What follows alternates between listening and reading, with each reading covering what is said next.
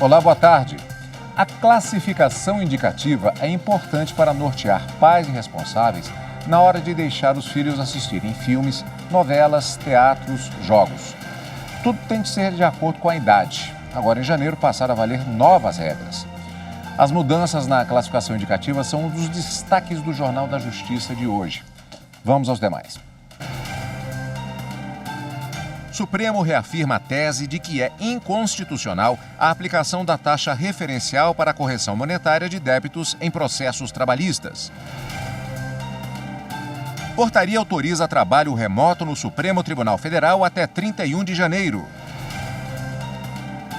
E ainda, na segunda reportagem da série Eleições pelo Mundo do Tribunal Superior Eleitoral, você vai conhecer os sistemas político e eleitoral de Portugal.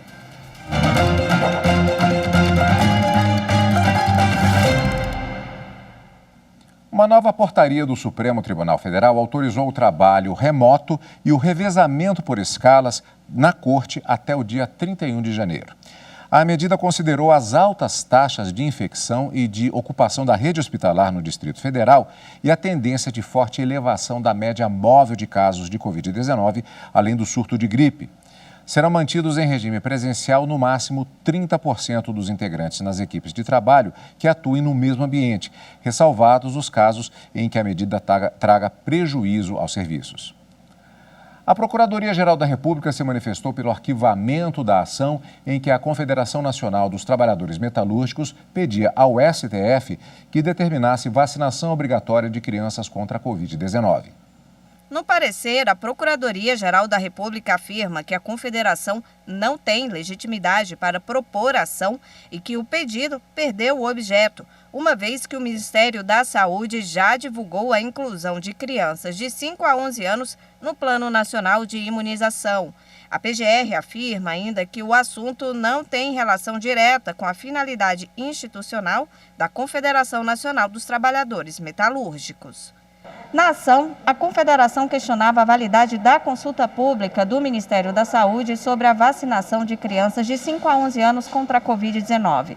A Confederação alegou omissão constitucional do governo federal por não vacinar crianças nesta faixa etária e pedia que o Supremo determinasse a vacinação com urgência. O parecer da PGR foi solicitado pela relatora, ministra Carmen Lúcia.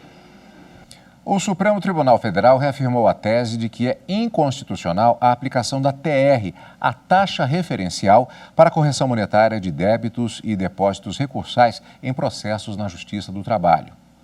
A decisão seguiu o voto do ministro Gilmar Mendes, relator das 4 ações sobre o tema no Supremo Tribunal Federal.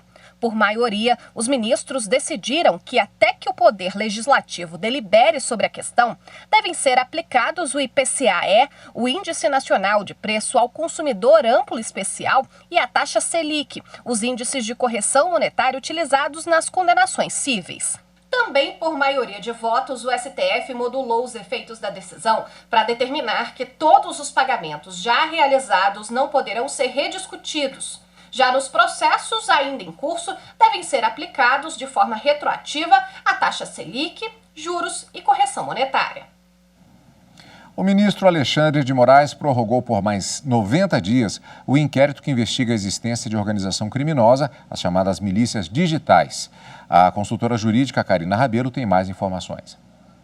De acordo com as investigações, o grupo atuaria principalmente por meio de plataformas digitais. O inquérito foi iniciado em junho do ano passado para apurar justamente a existência de uma organização criminosa que teria agido com a finalidade de atentar contra a democracia e o Estado de Direito. Tal organização, segundo apurações da Polícia Federal, teria sido articulada em números de produção, publicação, financiamento e político. Além disso, existem suspeitas de que o grupo teria recebido financiamento de verbas públicas e, de acordo com o ministro Alexandre de Moraes, a prorrogação de mais de 90 dias do inquérito tem como fundamento o Código de Processo Penal e considera a necessidade do prosseguimento das investigações e de se concluir diligências em andamento. É a segunda vez que o inquérito é prorrogado. A primeira foi em outubro do ano passado e o novo prazo de mais de 3 meses passou a contar do encerramento do anterior, ocorrido em 6 de janeiro deste ano.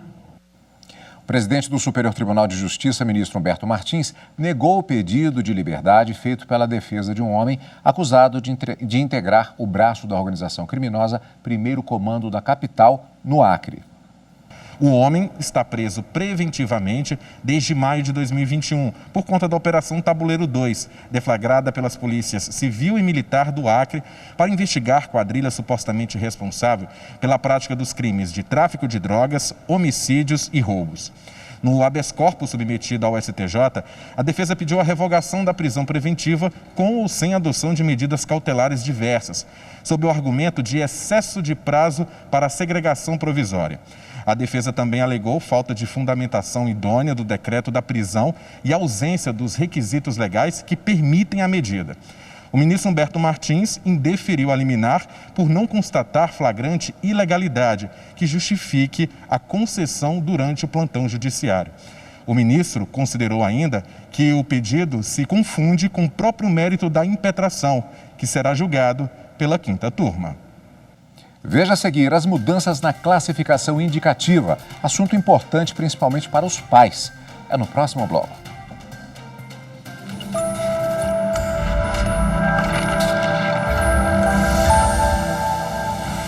A Constituição de 88, fruto da luta de diversos setores da sociedade brasileira, reflete um grande avanço na pauta de direitos e garantias fundamentais. Quilombolas, além de ter visibilidade, passaram a ter uma proteção mais efetiva do Estado. O racismo foi cunhado como crime imprescritível. Defender a Constituição e defender a sua preservação é defender o órgão vital do Estado Democrático de Direito.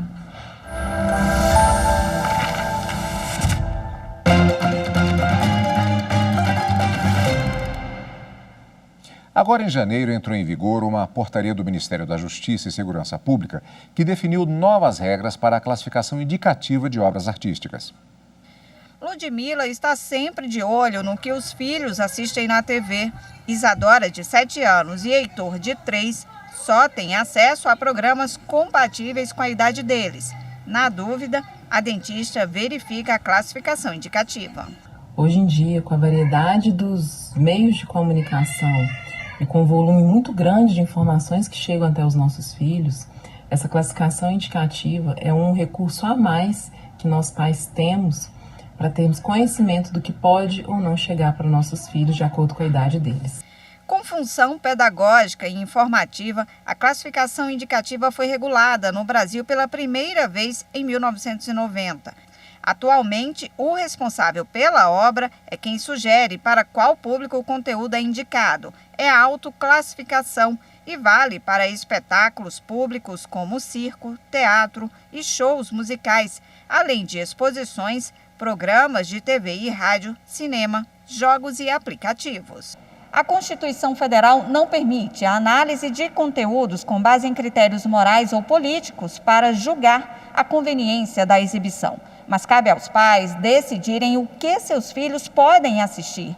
Em espetáculos e cinemas, com conteúdos não indicados para a faixa etária, por exemplo, os menores dependem de autorização por escrito do responsável ou da presença de um deles. Caso seja verificada violação de direitos da criança e do adolescente, os pais ou os estabelecimentos podem responder judicialmente.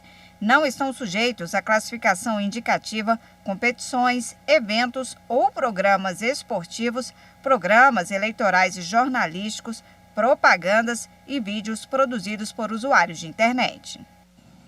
Para explicar mais sobre o assunto, conversamos agora com o coordenador de política de classificação indicativa do Ministério da Justiça e Segurança Pública, Eduardo de Araújo Nepomuceno. Antes de mais nada, muito boa tarde, obrigado pela presença aqui no Jornal da Justiça, primeira edição.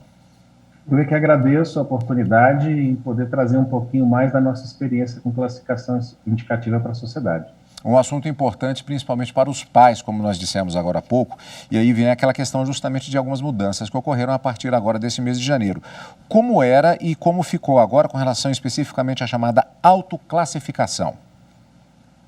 Bom, a gente sempre teve um processo de autoclassificação muito bem definido e muito bem mapeado. A mudança mais importante que nós tivemos agora é que os pais vão ter a oportunidade de saber quais são os produtos que já estão classificados pelo Ministério da Justiça e quais são aqueles que ainda estão em autoclassificação. Para isso, foi criado um grupo de símbolos específicos, né, que se assemelham muito aos já utilizados e consagrados na política pública, porém com a letra A, antes da indicação etária. Então, dessa maneira, o público vai ser capaz de entender quais são as obras ainda autoclassificadas que não passaram pelo Ministério da Justiça e aquelas que já foram referendadas. Quais são os critérios para se determinar as faixas etárias para essas classificações?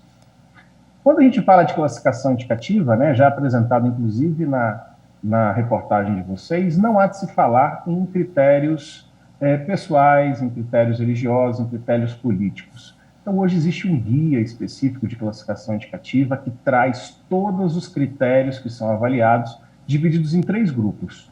A gente fala de violência, drogas e sexo e nudez. Então, todos esses critérios são elencados e especificados para que as pessoas não imaginem que a classificação indicativa é feita simplesmente por convicções pessoais de quem faz essa análise. Eu ainda me lembro, eu era criança, mas ainda havia sempre, no início de cada programa que ia ao ar na televisão, aquele papel que era colocado com a classificação que era feita de maneira obrigatória, era a chamada censura, inclusive com cortes de conteúdos durante aquele período. Nunca é demais falar, a classificação indicativa não é censura. Não, a classificação não é censura, né? Se nós imaginarmos a Constituição de 88, né, houve uma tratativa muito específica com relação ao audiovisual, né? Então a gente teve a extinção desse departamento, a criação da política pública de classificação indicativa e hoje como uma política de informação que não avalia nenhum tipo de obra no sentido de exigir corte, de impedir a exibição, ou seja, se transforma então numa ferramenta democrática e que consolida, né, a necessidade de prestar informação precisa e útil para a sociedade. Eu não sei se a gente tem tempo de falar resumidamente, mas como é feito esse processo, começando com a autoclassificação e também o crivo que é passado pelo próprio Ministério da Justiça. São montadas equipes? De que maneira isso é feito? Hoje nós temos 4 equipes específicas, né, que trabalham só com cinema e vídeo doméstico. Nós temos a equipe que trabalha com televisão aberta, nós temos a equipe que trabalha com TV fechada e com os streamings e a equipe que trabalha com jogos e aplicativos. Então são processos bastante parecidos no que tange a inscrição processual e tudo isso, né? Algumas dessas plataformas têm a isenção de inscrição processual, mas uma vez que já existe a autoclassificação, essas obras são submetidas ao Ministério da Justiça, algumas por inscrição processual e outras por monitoramento de plataforma, e a partir do momento que o Ministério determina essa classificação indicativa, ela é alterada ou ela é mantida, né, de acordo com o que já vem sendo trazido pelas plataformas ao cidadão. E no caso daquela grande novidade, que é justamente a possibilidade de participação dos pais, de que maneira eles podem entrar em contato quando tiverem alguma sugestão relativa a alguma obra? Olha, hoje, como mecanismo de comunicação com o Ministério da Justiça, nós temos 2 e-mails institucionais, né, que as denúncias, as reclamações, os elogios também podem ser enviados diretamente ao Ministério da Justiça. A gente tem a própria ouvidoria do Ministério da Justiça e tem outros órgãos, né, que trabalham diretamente com proteção de criança e adolescente, como os conselhos tutelares, como o próprio Ministério Público. Então, a gente tem uma gama aí de mecanismos para fazer com que as solicitações, reclamações e, como eu disse também, os elogios, eles cheguem até a classificação indicativa para que a gente possa cada vez mais melhorar esse serviço que a gente presta para a sociedade. Os elogios são importantes, inclusive como indicativo de que estamos, eventualmente, no caminho certo. Muito obrigado pela participação mais uma vez. Eu que agradeço a oportunidade, um abraço a todos. E veja a seguir, os sistemas político e eleitoral de Portugal são tema da segunda reportagem da série Eleições pelo Mundo, do Tribunal Superior Eleitoral. Voltamos em instantes.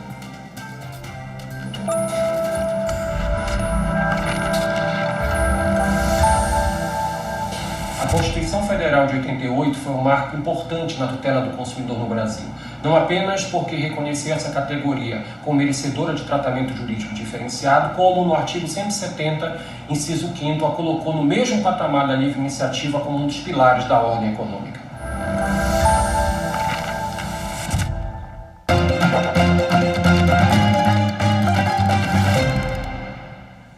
Estão abertas as inscrições para membro do Conselho Nacional do Ministério Público na vaga destinada a juiz.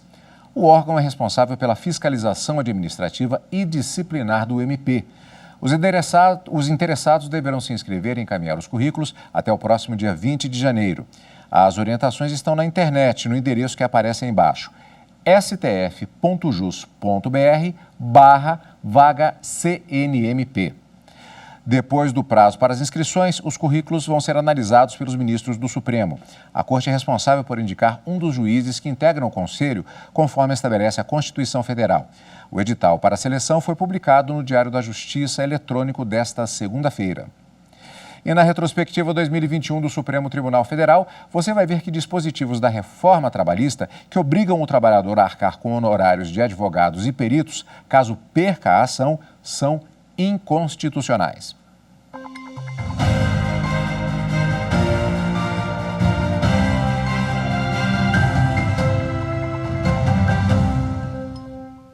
A reforma trabalhista de 2017 fez mudanças na consolidação das leis do trabalho. A Procuradoria-Geral da República questiona no STF os dispositivos que estabelecem que, mesmo sem capacidade financeira, o trabalhador tem de arcar com os honorários de advogados e de peritos caso perca a ação trabalhista.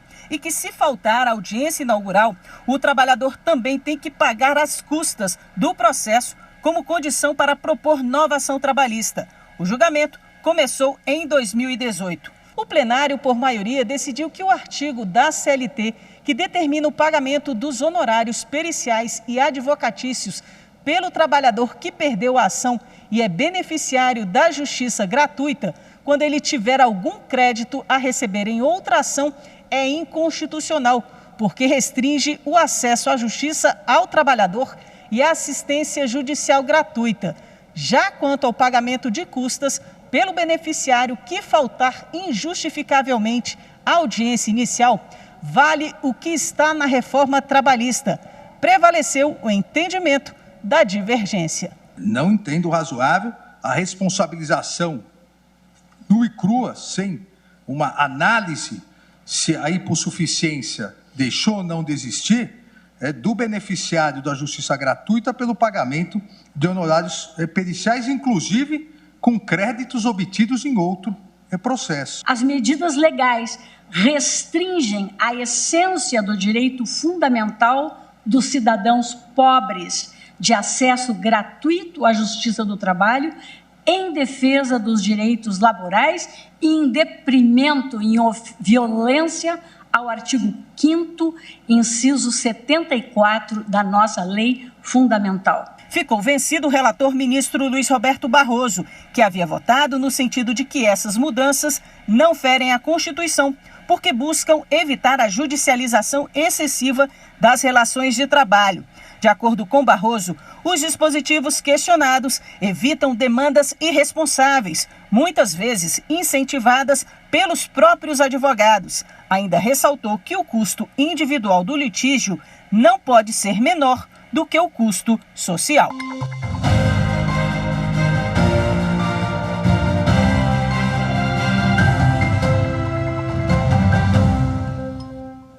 E na segunda reportagem da série Eleições pelo Mundo do Tribunal Superior Eleitoral, você vai conhecer os sistemas político e eleitoral de Portugal. No país europeu, que tem presidente e primeiro-ministro, o voto é facultativo a partir dos 18 anos.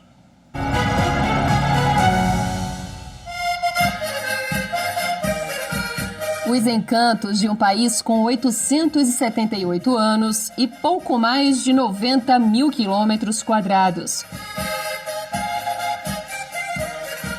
Portugal foi o primeiro Estado-nação da Europa e espalhou a própria cultura pelo mundo. Mas não se engane com o idioma. Nas terras lusitanas, giro significa bonito, verniz é esmalte e faixa de pedestres é passadeira. As distinções não param por aí.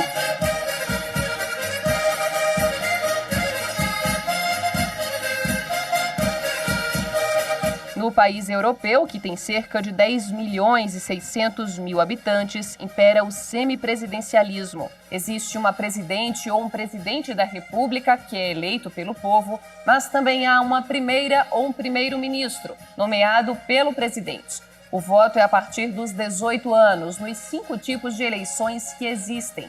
Entre eles, as presidenciais, a cada 5 anos. Cíntia tem 31 anos e nasceu em Moçambique, na África Oriental. Filha de uma moçambicana e de um português, ela foi morar em Portugal com 18 anos. Passou a se informar sobre a política e votou pela primeira vez em 2019, nas eleições para a Assembleia da República. Elas ocorrem a cada 4 anos para que sejam escolhidos 230 deputados e deputadas. Não há senadoras ou senadores em Portugal. Eu acho que o voto representa, acima de tudo, liberdade. Se formos a falar de mulheres negras, no meu caso, ou mestiças, o processo ainda é mais complexo. Portanto, para mim representa muito, representa liberdade, significa que vivemos num país democrático, livre. Participar na vida política é um direito de todos. Eu decido. Eu voto. Foi de Portugal que herdamos o sistema de justiça eleitoral, com tribunais próprios. E os portugueses também têm mesários. O voto é secreto, facultativo e por cédula de papel. O resultado costuma ser divulgado no mesmo dia da eleição. Como Portugal é uma democracia muito consolidada, tem instituições muito fortes, tem um sistema político já consolidado. Nós não tivemos, por exemplo, nenhum tipo de problema com relação à legitimidade das últimas eleições no país. O cientista político avalia que a cédula de papel funciona bem dentro da realidade cultural de Portugal, mas que no Brasil, com regiões tão desiguais e quase 150 milhões de eleitores, a urna eletrônica é a melhor escolha. Deixa o processo de apuração muito mais crível, muito mais seguro, né? Então isso gera ali uma estabilidade política muito grande, não é? Em qualquer eleição, né? É uma resposta muito simples a dar aos eleitores que questionam, né, o sistema eleitoral, né?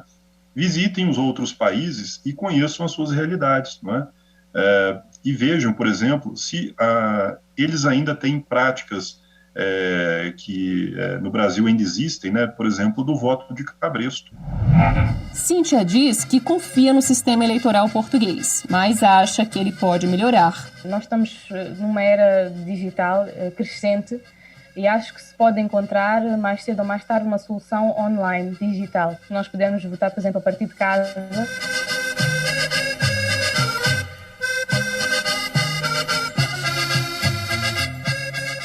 E então, aprendeu sobre as eleições em Portugal? Na terceira reportagem da série Eleições pelo Mundo, vamos falar sobre Moçambique, um país do sudeste africano que já foi colônia portuguesa e também usa o voto de papel. Será que há mais semelhanças ou diferenças com relação ao sistema de votação brasileiro? Vamos descobrir? O Partido Movimento Democrático Brasileiro, MDB, questiona no Supremo Tribunal Federal a unificação do horário de votação nas eleições de 2022. A regra foi definida pelo TSE, que determinou a adoção obrigatória por todo o país do horário oficial de Brasília como parâmetro para o dia da votação, no período entre 8 da manhã e 5 da tarde. Em ação direta de inconstitucionalidade, o MDB afirma que a medida poderá causar transtornos, já que, com a nova regra, a votação passa a ter horários distintos dos estados, fazendo com que, em alguns locais, o início seja antecipado e em outros ocorra atraso. Afirma também que será necessário, em diversos casos, como no Acre e no Amazonas, o deslocamento dos eleitores a partir das 2 horas da manhã e de mesários e fiscais mais cedo ainda, o que pode dificultar a organização do pleito. O ministro André Mendonça é o relator da ação. E o Jornal da Justiça fica por aqui. Obrigado pela companhia e uma ótima tarde. Tchau.